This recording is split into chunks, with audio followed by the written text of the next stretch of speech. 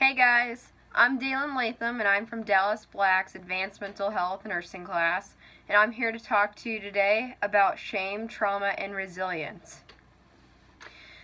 Everyone has their own beliefs and opinions on ways that shame is perceived and dealt with. Trauma can happen in many more different ways that I talk about during this presentation. There are also different ways that you can be resilient in order to overcome these hardships that we'll talk about, such as trauma. Throughout the presentation, I'm going to cover what shame is, what causes shame, ways that we experience shame as an individual, the definition of trauma, what causes trauma, and how trauma creates someone to feel shame. I'll also talk about resilience, what it means, what factors contribute to being resilient, and ways that you yourself can become resilient. And with that, I think we're going to start things off. Here we go, guys.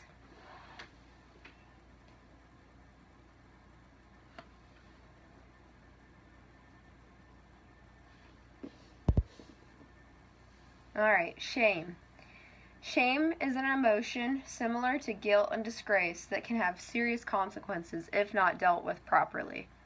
Recent studies have examined the role of shame in a wide range of mental and public health issues, including self-esteem or concept issues, depression, addiction, eating disorders, bullying, suicide, family violence, and sexual assault.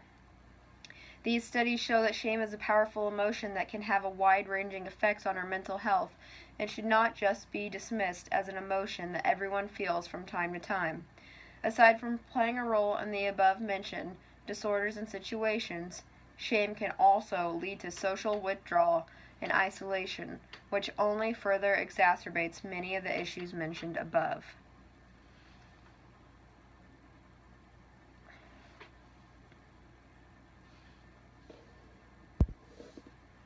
Some causes of shame. Shame can be caused by many different things, such as parents, friends, school, social activities that kids are involved in, or young adults. Even trauma can cause shame. Shame is commonly triggered by the following: basic expectations or hopes, frustrated or blocked, disappointment or perceived failure in relationships or work, anything that weakens the bond of two people, and basically indicates rejection or lack of interest from the needed other. Those are some of the things that create shame, that triggers it anyways.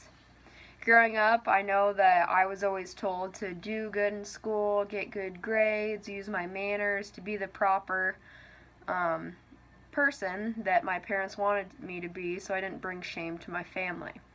I know that nowadays we're seeing internet stories all over the internet, people firsthand I've talked to that are coming out who are gay, and they feel shame by it. They feel emotions of shame for being gay, not because they are shameful of who they are, but because them being gay goes against the expectations that their family or friends had for them, and basically what other people think that they should become is different than who they actually are. And that's actually really quite sad that we see that in 2017. Things should not be that way, but they are.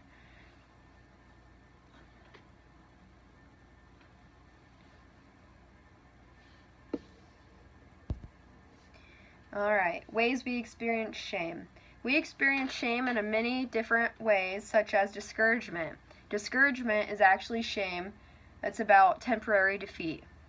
Embarrassment is shame in front of other people. If you do something that is kind of against a social norm or what other people may think is silly or kind of out there, you may feel embarrassment from that. Self-consciousness is actually a form of shame. And it's about feeling self-conscious or shame about performance or one's appearance.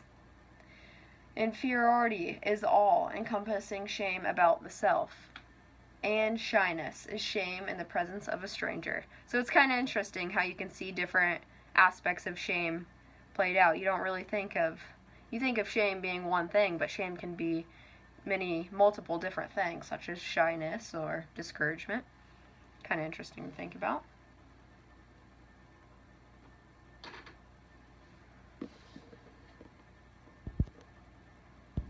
Alright, trauma.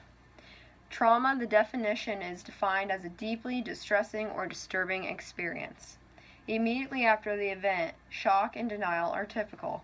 Longer-term reactions include unpredictable emotions, flashbacks, strained relationships, and even physical symptoms like headaches or nausea.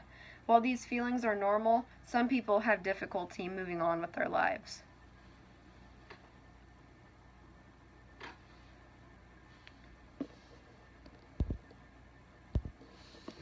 Some causes of trauma can be sexual or physical assault or abuse, emotional abuse, psychological maltreatment, verbal abuse, neglect, emotional abuse, serious accident or illness, or a medical procedure that goes wrong could cause trauma, a victim or a witness to community violence, school violence such as a school shooting, natural or man-made disasters, war or terrorism or political violence, victim or witness to extreme or personal interpersonal violence, traumatic grief or separation, or witness to domestic violence. Those are all causes of trauma.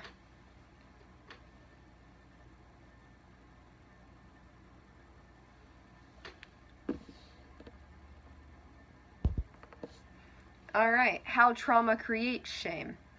So, there's many people that have many different aspects about themselves, and one can be being a perfectionist. Well, if you're a perfectionist, you tend to think that everything in life should happen how you perceive it to be perfect. So having this type of personality, or your parents or your friends having this type of personality, can really take a toll on a person, and here's why. It creates these feelings of shame because if you do something wrong, you could get the feeling of you're never being good enough equals I feel like a failure, or I set impossible standards, I fail to meet them, or I am not good enough, I again feel like a failure. Another way that trauma creates shame is being in an abusive situation or rape, because these types of feelings are coincided with shame. Basically, some people start to think that because they're raped, they think, I must have liked it. I blame myself. That's why it happened. I did nothing to stop the abuse. I blame myself. That's how shame is created from the trauma that has occurred. Or going against family beliefs and values are another type of feeling shame. Some families could be heavy Christian based. Therefore, they think that sex is shameful. And then you will feel shame if you think, I am at fault, guilty, if wanting or enjoying sex. It's gross. If I have sex, then I am disgusting. Sex before marriage is unacceptable. Therefore, if I have sex before marriage, my parents or family or friends are going to be disappointed and maybe shun me from the family. Or being gay is against the Bible. I am gay, therefore my parents or family and friends are going to shun me. Those are ways that trauma creates shame.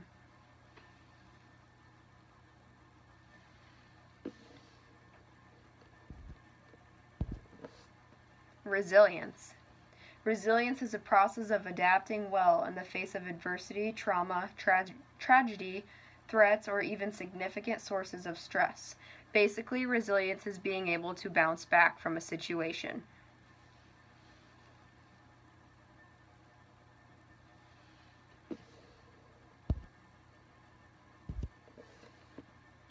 What factors contribute to resilience? There are very many different factors that can contribute to resilience, such as one of the biggest components is having a solid support system, such as your friends or family. Relationships that create love and trust, provide role models, and offer encouragement and reassurance help boost a person's resilience.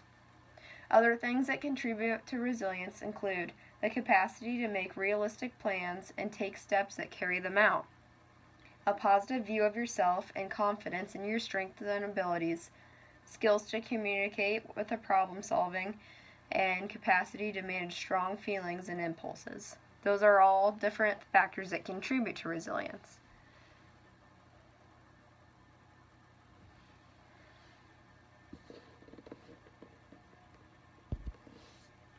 Strategies for building resilience.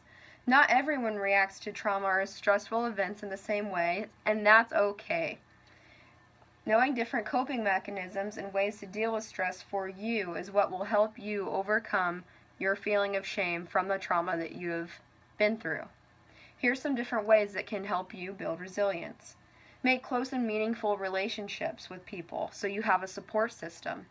Think positively. Don't dwell on things. Accept things that cannot be changed and find ways to fix the things that can be. And last one, set goals for yourself. When you set goals for yourself, you'll feel much happier in the end when you finally can achieve them, and it sets you basically a mindset throughout the day. I want to achieve this goal, I want to get there, and once you finally do achieve it, you'll find resilience.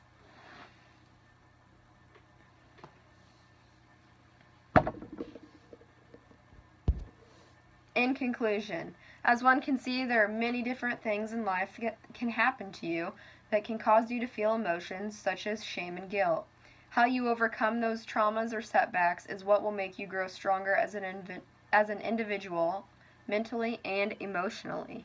Not all traumas can be fixed on your own. Just know that if you find outside sources such as therapy, cognitive behavioral therapy, medicine, or group therapies, those are great ways to be resilient and to get past stressful situations in your life. Just because if you go to outside resources does not make you weak. It makes you more resilient.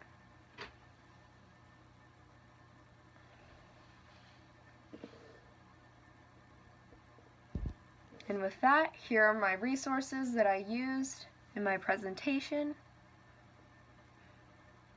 And with that, I'm going to wrap things up. Thank you guys. Thanks for listening. Have a good day.